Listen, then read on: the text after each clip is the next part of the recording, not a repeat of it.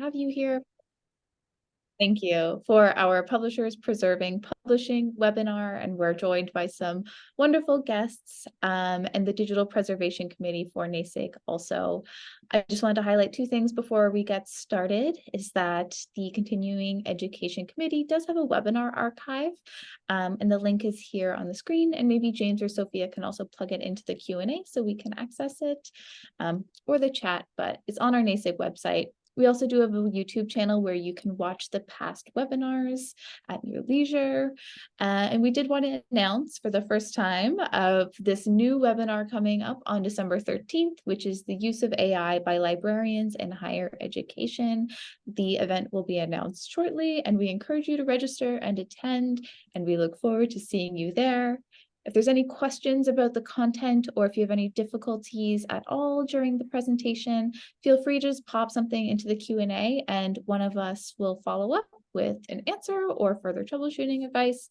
I think that's everything I have to remind everyone of. So I'm going to hand it off to Alicia and Julie to introduce our speakers.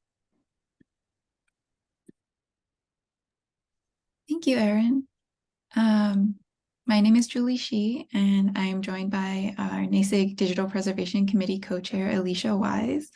Thank you to the Continuing Education Committee for helping us host this event and organizing things alongside us.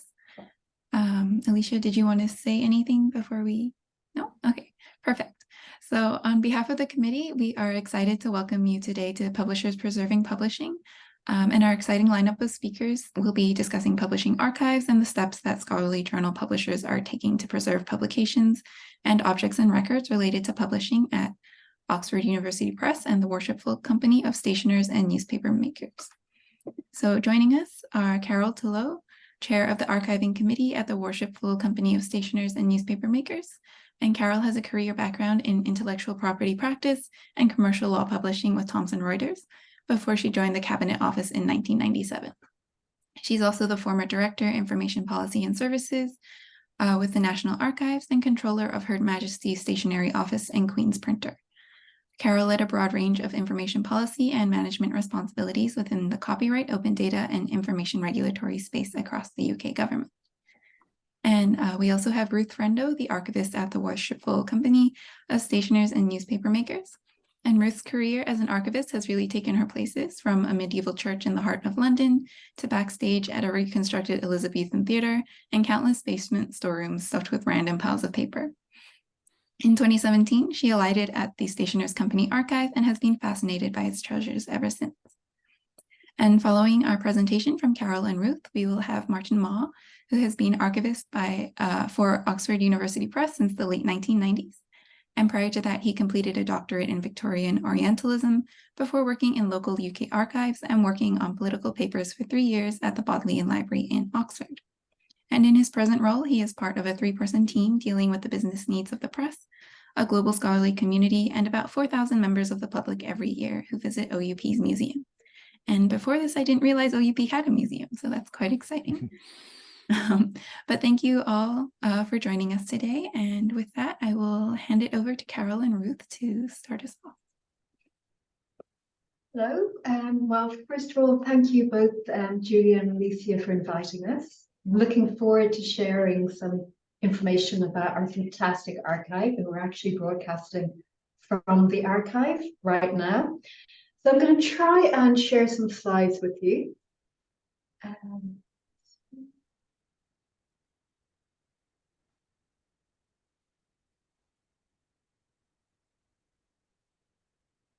Okay. So the Stationers Company Archive is a pretty amazing resource, actually. And as livery company archives go, I think it's one of the better known.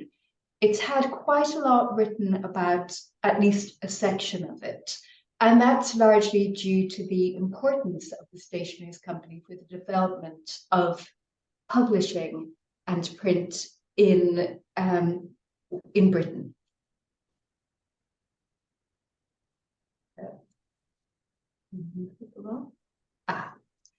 So the Stationers Company was founded in 1403 as the London Livery Company, which represented workers in book trade, which at that period was manuscript.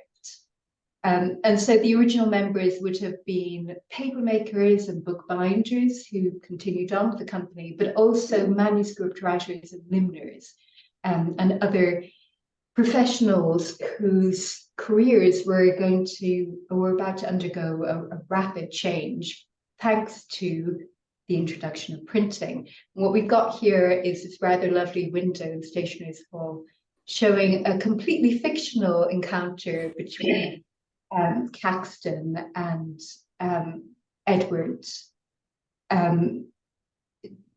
allegedly showing the monarch the first printing in England. But this introduction of printing was a complete game changer from stationers. So they went from being a relatively new, not very important company among the livery to suddenly being catapulted to this position of political power. Because what printing did in England was suddenly allow for the circulation of ideas at an unprecedented rate.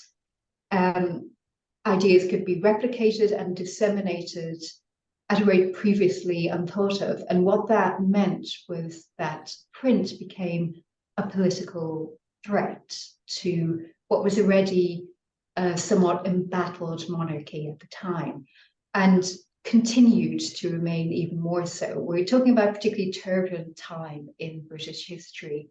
So throughout the 15th, 16th, and into the 17th centuries, culminating, I guess, in the English Civil War, and of course the rapid reversals in fortune that preceded that between various dynastic arms of the monarchy. So really being able to keep track of who was printing what and when became crucial to the authorities. And so they entered into this agreement with the stationers, more or less, whereby the authorities were given the exclusive right to license publication of work in England. And once licensed, work then had to be entered into the stationers' register. So from this, we developed this amazing archive, which has survived largely because it was created as the business archive of what was essentially part of the licensing, censorship, and publication trades in Britain. So the records in the archive include the Stationers' Company Register, which we'll talk a bit more about, the court books. The court is the administrative body of the Stationers' Company. So this refers to all the major decisions taken by the company, including in relation to compliance with various bits of legislation through the 16th and 17th centuries. Membership records, again, very valuable sources of information about who was involved in printing and publishing throughout the history of English print. Records relating to bequests, charities, and pensions. Records relating to property owned by the company, financial records, and ephemera. So if we look at the entry books of copy, one of the first reasons that the Stationers' Register came to the attention of the academic community was that the Stationers' Register is one of the few extant primary sources for early modern English drama. Together with the records of the Master of the Revels, we don't really have any other information about English Renaissance drama. And so what we have, this is an example from 1598. This is an entry from a stationer called James Roberts. And it says, entered for his copy under the hand of both the wardens, a book of the Merchant of Venice, or otherwise called the Jew of Venice, provided that it be not printed by by the said James Roberts or any other whatsoever without license first from the Knight Honourable, the Lord Chamberlain. So the Lord Chamberlain was the master of the rebels at the time who had been given the authority of licensing. And this is an interesting record because it shows us this duality that the stationers had this very crucial role in registering the plays, but they didn't actually have the authority to decide it. It was only subject to the more official licensing. And of course, this is The Merchant of Venice as we know it now. Another very famous entry that we have is the registration for Shakespeare's first folio. This is Edward Blount and Isaac Jaggard, and the entry says, entered for their copy under the hands of Master Dr. Worrell and Master Cole Warden. Master William Shakespeare's comedies, histories, and tragedies, so many of the said copies are not formally entered to other members, viz. The Tempest, Two Gentlemen of Verona, Measure for Measure, The Comedy of Errors, As You Like It, All's Well That Ends Well, Twelfth Night, Winter's Tale, Third Part of Henry VI, Henry VIII, Coriolanus, Timon of Athens, Julius Caesar, Macbeth, Antony and Cleopatra, and Cymbeline. So the plays that are listed there are the plays that hadn't previously been printed. In other words, they hadn't already been entered into the register. And it's quite likely without the publication of the first folio that they would have been lost. And the first folio itself is this amazingly historic publication. We've just come out of celebrating the 400th anniversary of its publication. So as you can imagine, this entry has been extremely popular and looked at quite a lot over the last few weeks. But it really is an extraordinary record and tells us an awful lot about the materiality production of the work.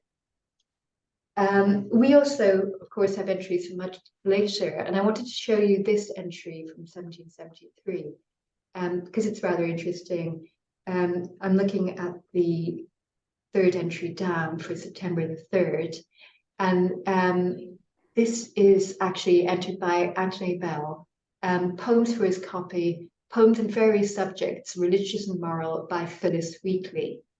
Phyllis Wheatley, who I'm sure you'll have come across, African-American poet. This is actually her first publication. It was published in London before it was published in Boston. And the publication was actually very crucial for her because it made her extremely famous in London. She entered London society. And so she was at that point in a position to bargain for her manumission from her owners at the time.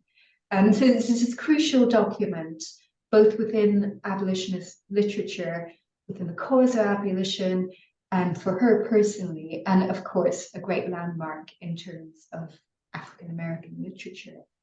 So we're very lucky again to have this rather remarkable entry. I also mentioned court records. This is an example of the kind of things that were discussed in court. This is an entry from 1698. And we've got Benjamin Harris, who was a freeman of the company, and actually quite an interesting person in his own right. He eventually goes to what is then the New World, the English colonies in America, and sets up the printing press there, which will print the first American newspaper. This particular entry talks about how he owes the court 24 shillings in arrear for his courterage, but his circumstance being low, i.e. at this point he's had his press broken up for illegal printing, and he's asked the court to forgive him some of this money, and the court agreed that they will abate half of the money. And directly underneath it, we have another rather interesting entry. This is the master of the company and the court discussing about whether or not they should let Stationers' Hall out to the stewards of St. Cecilia feast. So St. Cecilia's feast was this annual feast celebrating St. Cecilia, the patron saint of music. And they traditionally always held it at Stationers' Hall, but it was obviously a very riotous occasion.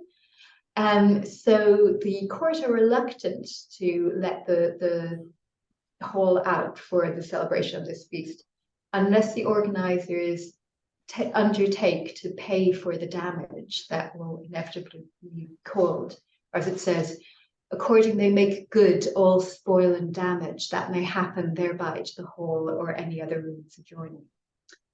So again, a fantastic little insight into 17th century life. You also have membership records, including apprenticeship records. This particular record from 2nd of August 1666 shows the registration of the first female apprentice to the Stationers' Company. And we know that women were active in the publishing, print, bookbinding trades before then, but entering into apprenticeships was not something that was generally undertaken with girls, because it involved sending your child away essentially to the home of the apprentice master for a period of at least 7 years. And so it wasn't until 1666 that we get this recorded. We see female apprentices entered into other livery companies generally around the same time. A few of them are a bit earlier, but this tends to be the earliest that you get it because of moral concerns. But again, very interesting record and quite nice way of indicating women's roles in printing and publishing. We also have charity records, as I said. This is the poor book, the company's poor book, the Liber Computing Pauperibus, which is the record of money distributed by the company to its pensioners, to widows of deceased stationers, to stationers who are no longer able to work. This is, of course, the 17th century. There is no social, there's no government network, there's no social net, really. So livery companies and other sort of professional associations like this, one of their crucial roles was to make sure that their members were looked after.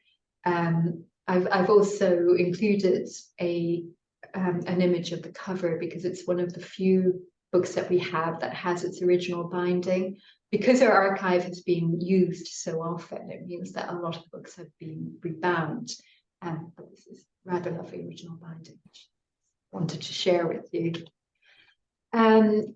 All sorts of bequests, wills, very essential to the continuance of the work of the stationers, and a lot of these bequests also stipulated paying out of money to ensure the continuation of the profession, but also to expand it to young people at this period in the 16th and 17th centuries, men almost exclusively, who would otherwise not have had the means to enter the professions. So again, very interesting insight into how the livery companies worked as networks, as social networks. And this also tells us a lot about how people move, the kind of social mobility within the professions.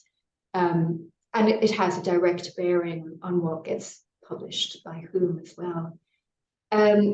This element of charity actually continues in the livery companies right up to today.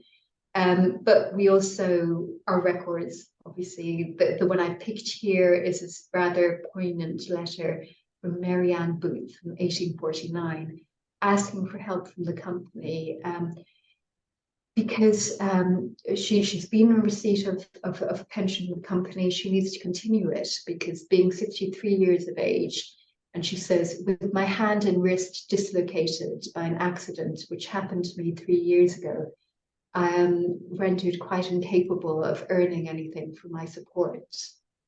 And again, it really shows how livery companies are, an essential part of society which doesn't otherwise have any sort of social welfare provisions. Quite a sobering record, this, I think. We have records of the property owned by the company. This particular record is a survey by William Leyburn of the lands of the company immediately, well, shortly after the Fire of London destroyed the original Stationers' Hall, and it was rebuilt along with many of the other properties, including, in fact, the building in which the archive now sits, which was probably the first building completed after the fire, because it was one of the book warehouses the company needed to get back onto its feet.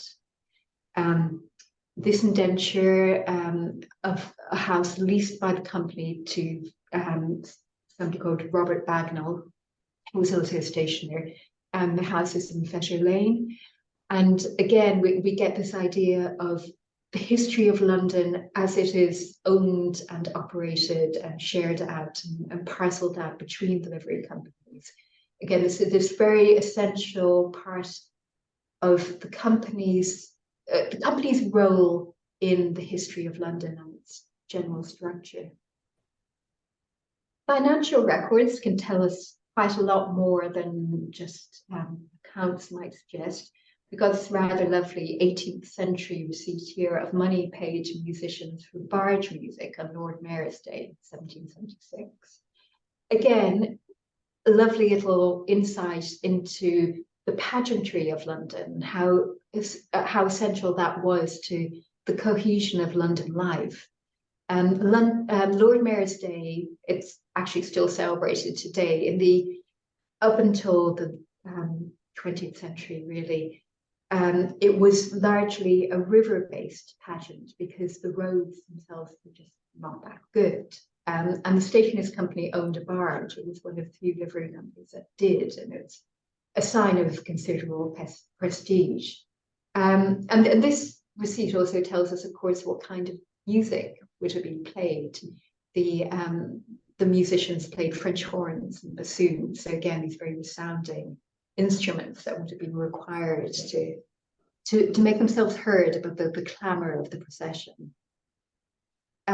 We also have records, for instance, this is money received from the printer John Day in 1567 for his license to print the Psalms. John Day was one of the first, well, he was the first person to print music in England.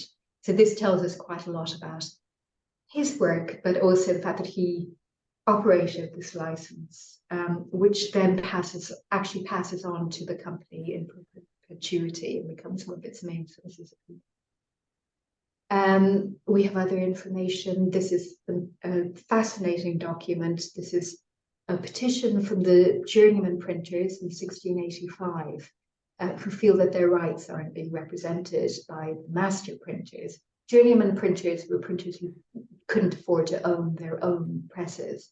And again, what this does, like the poor book, it gives us the names, and in this case, the signatures of people who are generally otherwise excluded from the records of the company and from archival records generally. Archives tend to, by and large, hold the records of the people who make the decisions, not necessarily the people who are doing all the underpinning work. So documents like these are particularly important for us. Ephemera, again, gives us some rather fascinating insights into cultural norms at different periods. We have this dinner bill, for instance, from 1681, which tells us the kind of food that was consumed at the time, including tongues and udders, very popular dish. They crop up in quite a lot of 17th century dinner bills. Venison, of course, very somewhat meat-heavy dishes generally. Umble pies, and umbles were the entrails of venison. So, the people were not squeamish in the 17th century. Rather lovely designs in the later menus, again, tell us quite a lot about artwork and printing capabilities at the time. So we have these, our ephemera become quite interesting social documents in very various levels. This is a photograph of this 17th century warehouse where the archive and library are situated. I'm going to talk very quickly just about how the archive is funded to continue its work. So the Stationers' Company continues to operate as largely professional, largely restricted to the communication profession. But of course, that's changed considerably over the centuries, and communication is now digital communications as well. The members pay into the company, and it is through their support that the archive manages to keep going. The archive is seen as part of the company's core operation, but also is very active in commercial activities as well. And we also get considerable private donations from members, and it was through some of these bequests largely that the company managed to refurbish its archive. So this whole building was outfitted with a dedicated purpose-built archive store, and of course this wonderful reading room which now gives us the facility to have workshops that were previously not possible for us, and greatly increase our outreach. One of the commercial enterprises that were involved with is digitization of the archive. So most of the archive up until the late 20th century has been digitized by a company called Adam Matthew and used to produce this resource, Literary Print Culture, which is available on subscription. Mostly university libraries are the people who subscribe to them. It means that our outreach has increased considerably. We get royalties. It also means that we're able to do a lot of collaborative work with archives outside of London, which is fantastic. We're doing quite a lot of work with the University of Newcastle, which is fascinating for us and for them, but really useful because Newcastle, in fact, was one of the major centres of print once the licensing of the Print Act lapsed at the end of the 18th century, at the end of the 17th century, sorry. So they also have a very long tradition of print. And one of the things that we're looking at is how that's influenced by the London stationers in terms of knowledge sharing through things like apprenticeships, through things like community networks. And one of the things that digitization has given us, of course, is a very large volume of digital records. And we're now looking at solutions for digital preservation. Our internal administrative records, of course, have been born digital since the 1990s. And we're collecting them. They're relatively small volume, or have been up until fairly recently, and because alongside the 6 terabytes of data, which were the outputs of various digitization projects since around 2007, we have a huge number of relatively new digital formats that have arrived in our archive since the lockdown, which completely changed how, as a membership organization, we operate. And so I've got these little screen shares for you. On the left, we have a screen grab from the membership blog that was set up during the first lockdown to try and keep contact among the members going, and to make sure that the members felt that in this period, which was one of intense anxiety, that the company still provided this kind of membership support network that it traditionally has since it started in the 15th century. The other thing, of course, that changed was that we had so many, sorry, I'm just going to go back. Here, the YouTube channel became very important because our events for a long time were all virtual. And we had communications again, like our master conducted virtual interviews with different members of the company, which would be put online on the company YouTube channel every week. Again, a way of keeping contact between the membership, but whereas our ephemera now previously took the form of those lovely printed documents that I showed you before. These AV files are equally valid forms of ephemera that we need to look into preserving. And that's the challenge that we're facing at the moment. And just a very quick thank you again to everybody for attending and for organizing this. And I'm going to stop sharing my screen now and come back to the camera and look at any questions you'd like us to answer. So Ruth, conscious of time, we'll hand over to Yes. Martin quickly, but there was one important question. You talked about the very inspiring registry entry of the African-American poet who was an enslaved woman. Can you tell us her name again? Because that Oh got yes, it's Phyllis Wheatley. Sorry, I should actually just add that to the chat. That's really helpful. Thank you ever so much. There's nice yes, conversation absolutely about that. amazing woman. So yes, just Brilliant. Thank you for as sharing a that. slightly cryptic message in there. We're going to have to go, I'm afraid, because I've just realized we've got a tour group about to descend on us in the next 5 minutes or so. Thank you so much, and I'm looking forward to seeing the recording and getting to catch up with Martin's presentation then. Thanks Excellent. very Thank you much. so much, Ruth and Thank you. Carol. Thank you. Thank you. Bye. Martin, over to you. Thank you ever so much. Bye. Okay, thank you very much indeed for asking me to all of this, everyone. And I'm going to give you an overview of both the archive here at Oxford University Press and indeed what the press consists of behind it. As you heard in the introductory remarks, we are an archive which has both an internal and a public face. Mainly we serve as the corporate memory for Oxford University Press in the UK, and I'll be saying more about what that actually means in a minute. But equally, we serve a global academic community who are interested in everything from book history to writing individual memoirs. But as we were just hearing from Ruth, often the information is not preserved at a more modest level, below decision making. That isn't the case in the instance of OUP's archive. We have a great deal of social and community history here as well.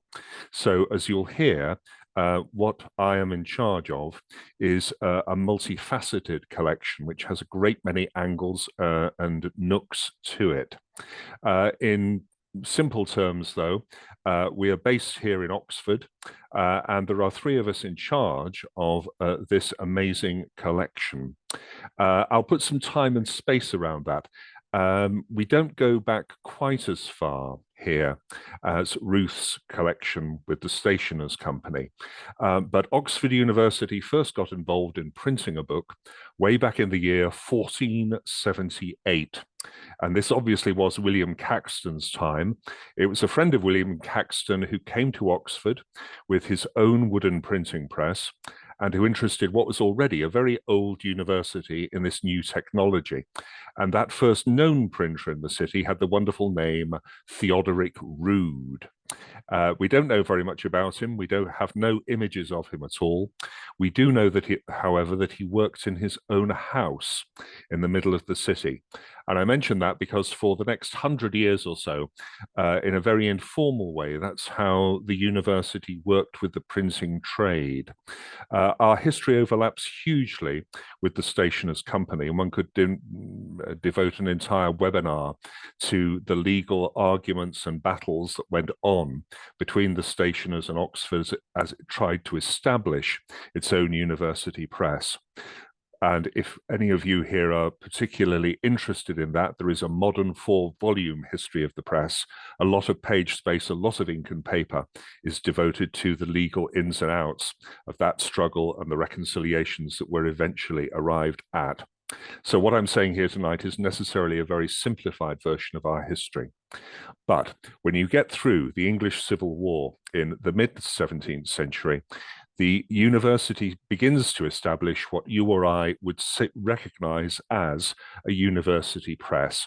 And it establishes its first formal print shop right in the middle of the city, about a mile from where I'm talking to you on this rather cold November evening. It's in Broad Street in Oxford. It's a building that some of you may know called the Sheldonian Theatre. And that's where the university first gathered together the printers that it employed. It's also when the governance of that press really started to become effective. The university set up a board of trustees, essentially, known as the delegates to the press. And this is a system of governance that goes on to this day. I haven't got a great many things to show you tonight, but here is the very earliest item in our archive. If you want printing history in Oxford before this, you have to go to the university's collections, where there are other papers. But this is the very first thing we have that constitutes a document for the university press. And this is the very first day minute book of the delegates. Ruth mentioned the Great Fire of London. I don't know if you can make this out. This is a record of a meeting just 2 years after that conflagration in 1668. And I showed this to a chief executive here when he started about 10 years ago now. He had a look at the page that you've just seen and he burst out laughing. And I thought, well, I've looked at this many times. I've never seen the joke. And he said, it's quite simple, Martin. This could be the record of the delegates meeting that I attended yesterday. The actual necessities of the press have not altered. What books are we dealing with? How much is it going to cost to print them? Where do we get the paper from? So there is a great continuity through our history in that sense. Again, I'm simplifying a very, very complicated story. But after the 18th century, the press had got too large for the centre of Oxford, and it moved to the site where I'm talking to you now. And if you're not familiar with Oxford University Press, you can picture it as almost a college quadrangle of honey-coloured stone. We're located about half a mile to the northwest of Oxford city centre. And this site was put up in the 19th century when there were no houses around us. This quarter of Oxford, known as Jericho, mushroomed up around the walls of the press. And this area of the city is where our workforce lived until the closure of book printing on this site in 1989. Today, we contract out the hard copy production of Oxford's titles around the world. But at its height, this was a print shop and bindery that employed 700 men and women. And growing around it was editorial office space, which you can get some idea of behind me, capable of accommodating about 2,000 people. So that's us physically. You can get this idea of a university press that starts right in the center of the city, then moves to a greenfield site and starts to expand. Well, what was it actually doing? When you look at the history of the press, what's it actually producing? Well, the mainstay of Oxford University Press for about 250 years was Christian publishing, Bibles and prayer books, for sale not just in this country, but around the world. And as some of you will remember, when Barack Obama took his oath of office, he took that oath on the same Bible that Abraham Lincoln had used. Very heavy symbolism involved. And that was a Bible that was printed here only a few yards from where I'm talking to you now. So Bibles and prayer books were produced in hundreds of thousands of copies. There was a small academic list that went on alongside that Bible printing, mainly of classical titles. You get into the 19th century, that begins to change as Oxford takes a greater and greater interest in the UK schools market, and then everything gets turned on its head. And it gets turned on its head because of this man you will see behind me, this rather Halloween presence in black and white. For those of you who don't know the man who is presented in cutout behind me, that is James Murray. And James Murray was the first general editor of the Oxford English Dictionary.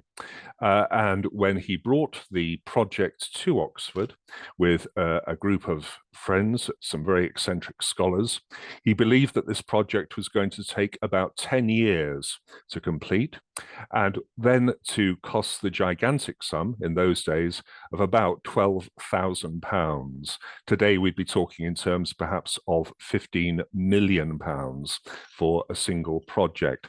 But Murray was completely and utterly wrong.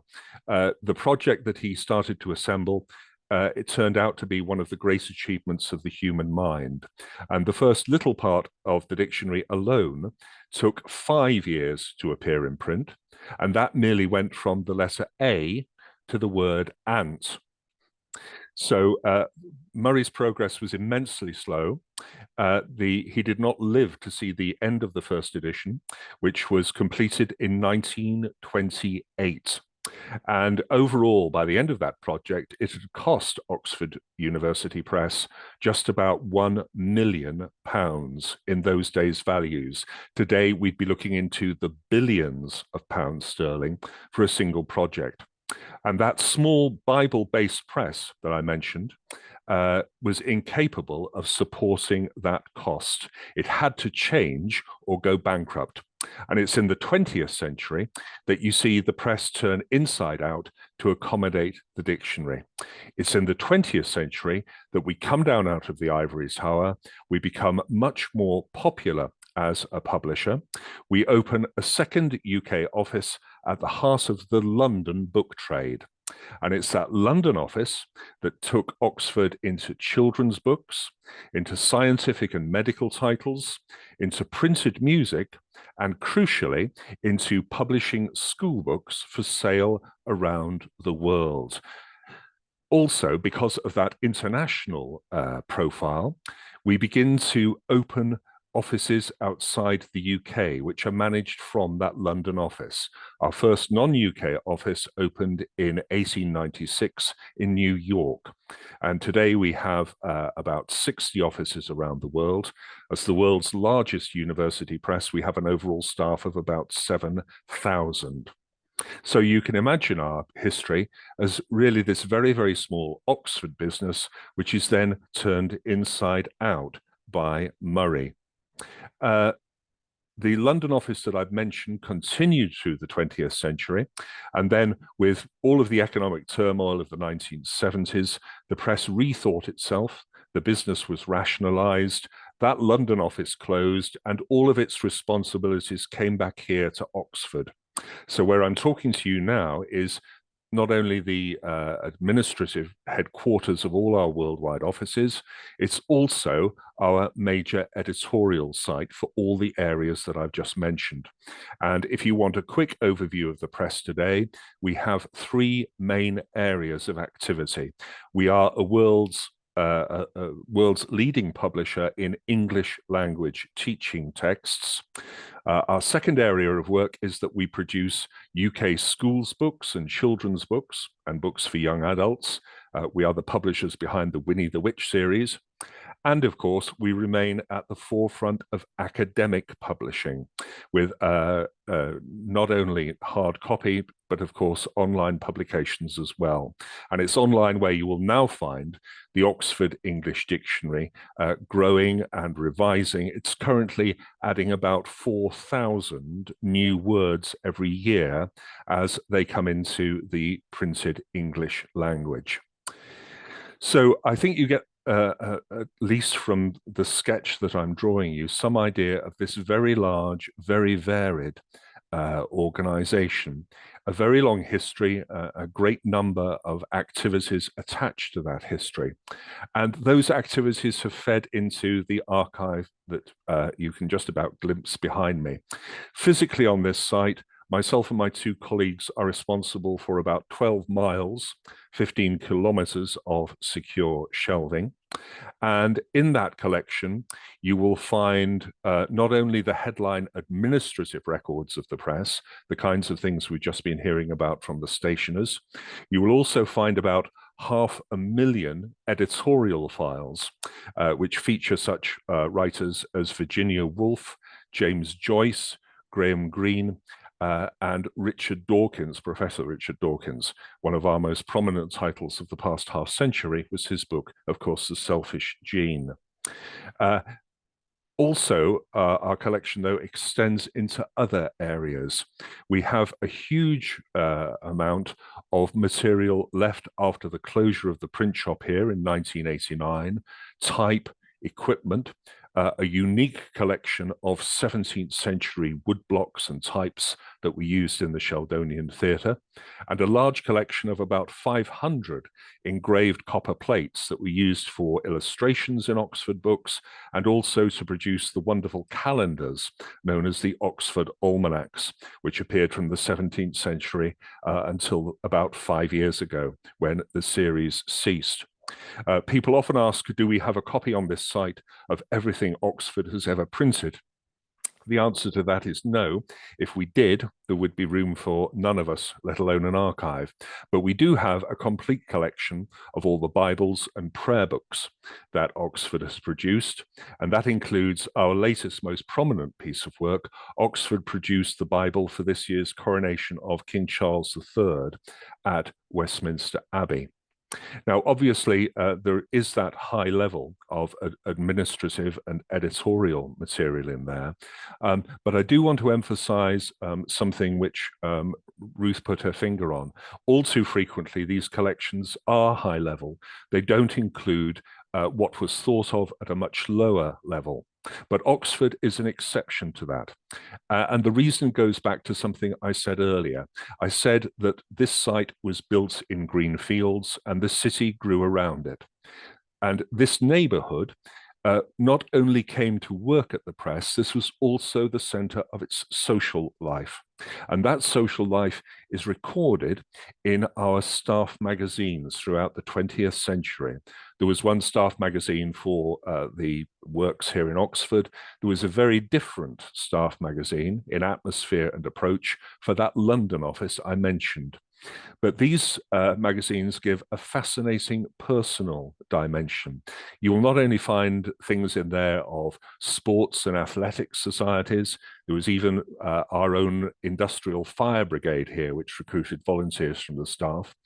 You'll also find reactions to public events, such as war or the evacuation of the London office during the Blitz during the Second World War.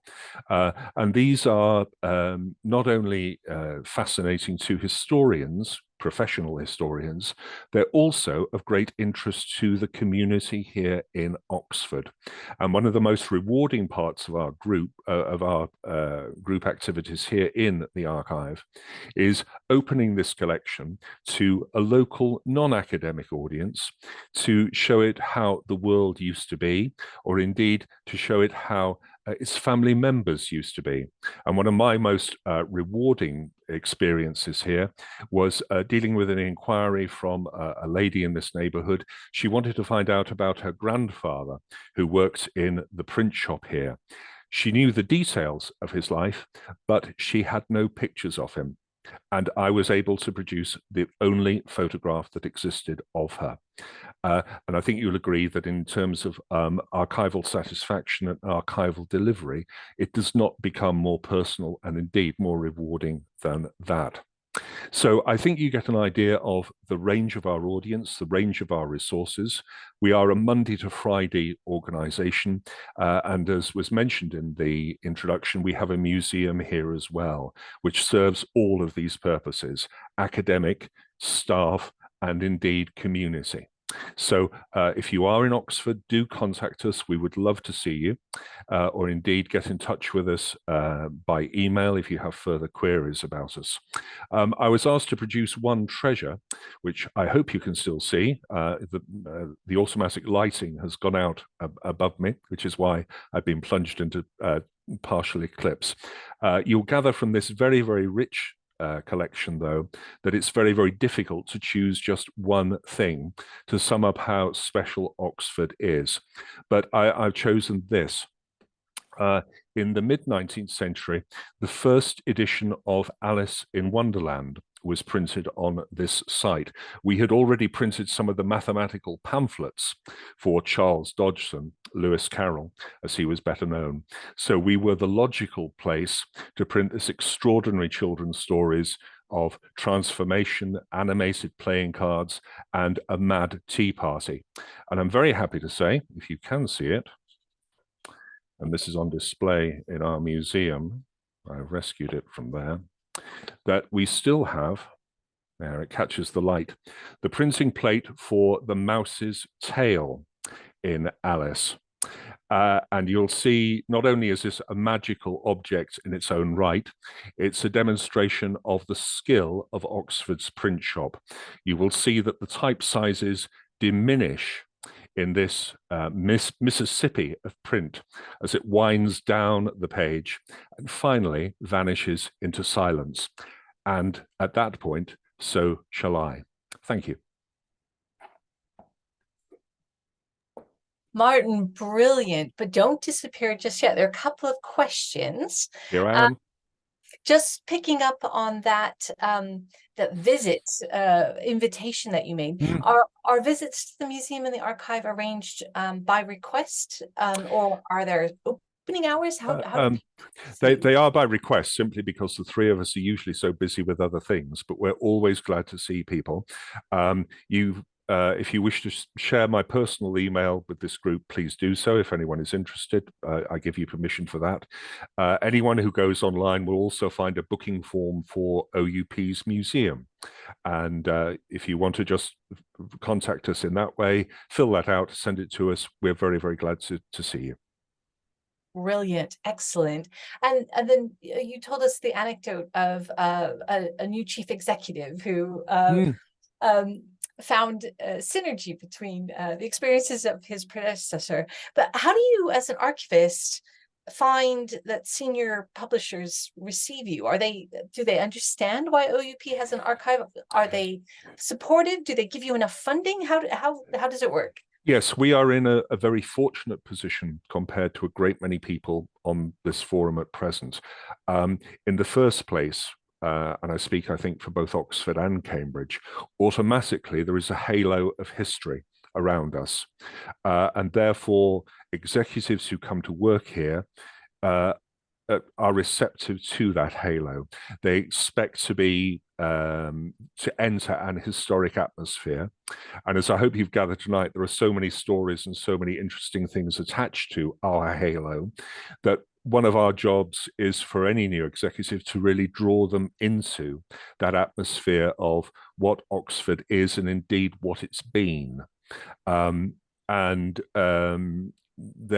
interests may be purely editorial, they may be purely commercial, we can address that.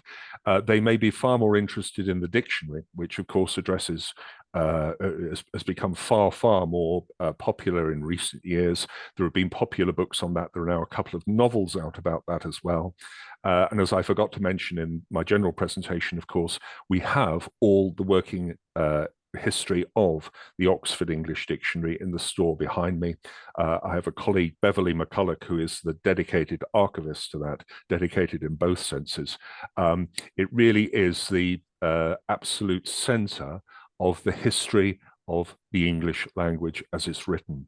So the press, although many people may not realize this just coming to work here each day, it has this extraordinary history. It's also played a part in English-speaking culture around the world, the way that culture is perceived, the way it's framed, and it's become a conversation between that culture and the press. The dictionary is very, very much an open resource. It's not Oxford University telling the rest of the world what to think.